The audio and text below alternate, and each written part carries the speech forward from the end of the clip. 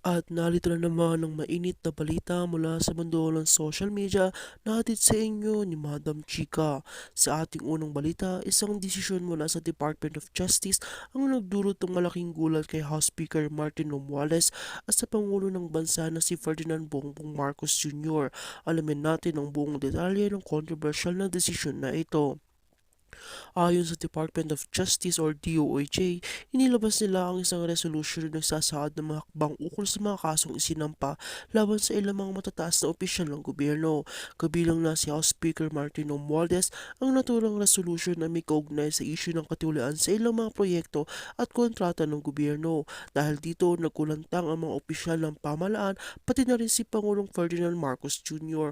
Ayon sa isang opisyal na DOAG, ang desisyon na ito ay sinagawa pagkatapos ng masusing imbestigasyon at pagsusuri sa mga aligasyong katiwalian. Subalit agad na nagbigay ng reaksyon si Romualdez at ang kanyang mga kalyado sa Kongreso na nagsasabing hindi makatarungan ang desisyon at walang sapat na ebidensya upang magpatuloy ang mga kaso sa laban sa kanila.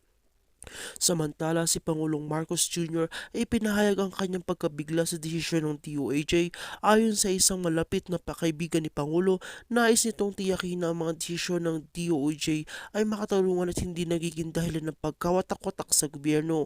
Sa ngayon, patuloy tinitignan ni Pangulong Marcos sa mga hakbang na maaaring gawin upang mapanagot ang mga may sala.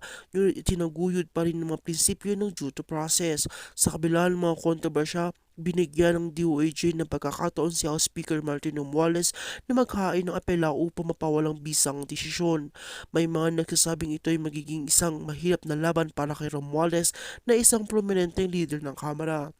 Ngunit may mga nagbumungkahi rin na ito ay isang pagkakataon para sa gobyerno na linisin ang mga isyu ng katiwalaan sa kanilang hanay.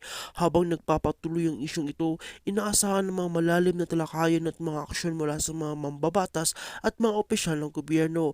Lahat ng mga mata ngayon ay nakatutok sa magiging susunod na hakbang ng Department of Justice kung paano ito makakaapekto sa politikal at sa integridad ng administrasyon ni Pangulong Marcos. Abangan ng mga susunod pang developments sa kasong ito. At kung bago ka pa lamang sa akin channel, ay huwag kalimutang mag-like, share, and subscribe para update ka sa aming bagong balita. At para naman sa mga karagdagang impormasyon, panoorin po natin ang video.